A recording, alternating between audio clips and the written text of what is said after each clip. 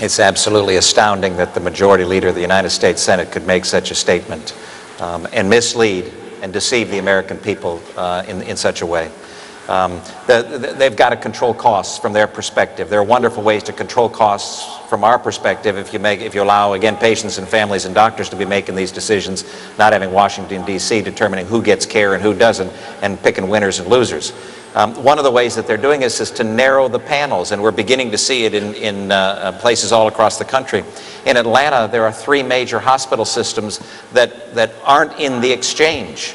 And it's not because they were offered a price for the exchange and they turned it down, or it's not because they made an offer to the exchange and the exchange turned them down. No, they weren't even asked. Yeah. 3 major hospital systems. So the way that they're going to control costs is to limit the places where one can get treatment.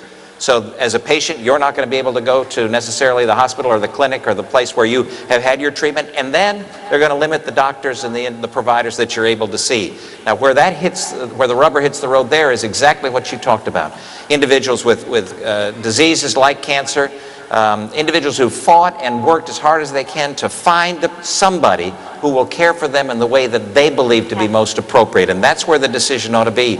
And that person may or may not, and most likely will not be, included in these exchanges, which means we are cutting off all sorts of innovation and opportunity for every single American to have the kind of care that they want. It's incredible what they're trying to do. It's time for us to wake up from this nightmare. Absolutely. Alex, Ken, can you? I mean, I think in terms of responding to those who are really feeling the effects of this law in the last stages of their lives, and being told by the government what they can and cannot have. You know, we have these ideas of ration care and other sort of horrific parts of this law. And I think that young people will especially start to see this, you know, as our parents age, as our grandparents age. We're going to see these run-ins with the healthcare law. We're going to see the best healthcare system in the world be transformed into something that's very ugly and very much something that we hadn't expected growing up. Mm-hmm. Yeah, it's amazing. The Democrats are willing to listen to Vladimir Putin, but Obamacare patients are liars. It's unbelievable. And I think I would recommend that every legislature at the state and federal level just continue to hold their own town halls and let the people speak truth against Harry Reid's false narrative. Look, at the end of the day, Obamacare is unworkable, unaffordable, and unfair. And more people are realizing this in their everyday experience. Exactly right. Working through the bureaucracy. I would suggest that Harry Reid is speaking a false narrative.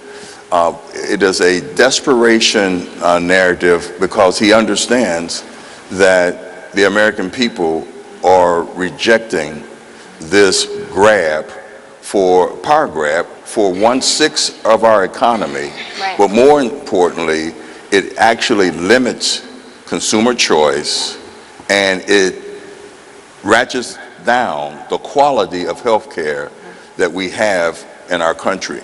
Ladies and gentlemen, we have the best health care system in the world. It is not perfect, but it is perfectible, and we don't need to trash it, junk it, or eliminate it, and that's what Obamacare is attempting to do. Exactly right. Congressman Price, let's talk secrets a little bit. We love secrets in Washington.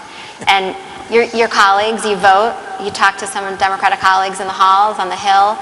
Are they in denial like Harry Reid? Are things as rosy as we see on the pundits on television talk about? Or are they nervous about this? I mean, what are the... Well, it's interesting, Amy, because if you talk confidentially to friends on the other side of the aisle who voted for this thing, many of them can't believe how it has been rolled out. And they are so thankful for the president to be delaying things and pushing things off for now over 40 times. He's now pushed the employer mandate and the individual mandate off until after the 2016 election. Oh, surprise, surprise. Yeah, that just happened. So what the president has admitted and what these folks are admitting is that this law doesn't work. And as Ken said, it doesn't work across the board. It doesn't work for patients, it doesn't work for docs, it doesn't work for employers, it doesn't work for employees.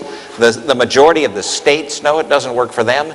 And at this point, the federal government is beginning to wake up and recognize it doesn't work for the federal government from a financing standpoint. So we've got to move, we've got to shift to saying there is a better way, there's a better solution, there are real solutions, there are American solutions that stick to those fundamental principles that made us the greatest nation ever, and we can apply those principles to health care so that we get back to that system where patients and families and doctors are making medical decisions. And I have a question from Vern in the audience, and this is going to go right to you then.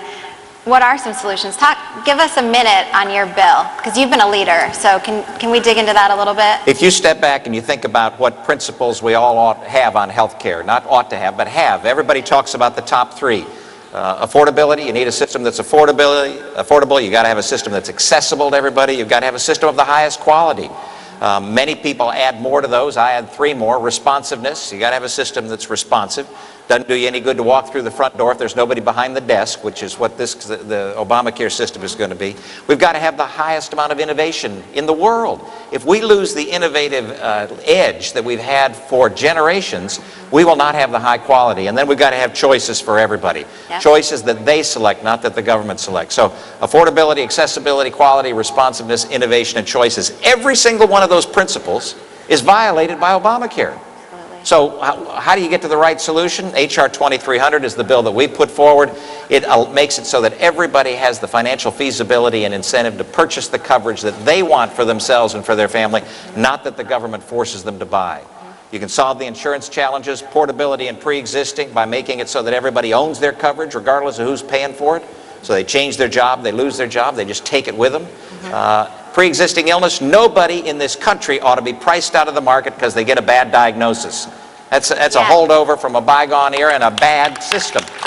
That's a system that may recognize government and insurance companies, but it doesn't have patients at the focus. The way that you solve that one is relatively simple. You just make those people that are truly at risk, that's in the individual and small group market, look like everybody else from an insurance standpoint. You allow them to pool together with millions of others, so you get the purchasing power of millions. Then anybody's adverse health status doesn't drive up the cost. And then we can save hundreds of billions of dollars with appropriate end to the practice of defensive medicine. That means robust lawsuit abuse reform to take $600, $800 billion that we're wasting right now in our nation and end that practice so that we can save that money and use it for the provision of services for others.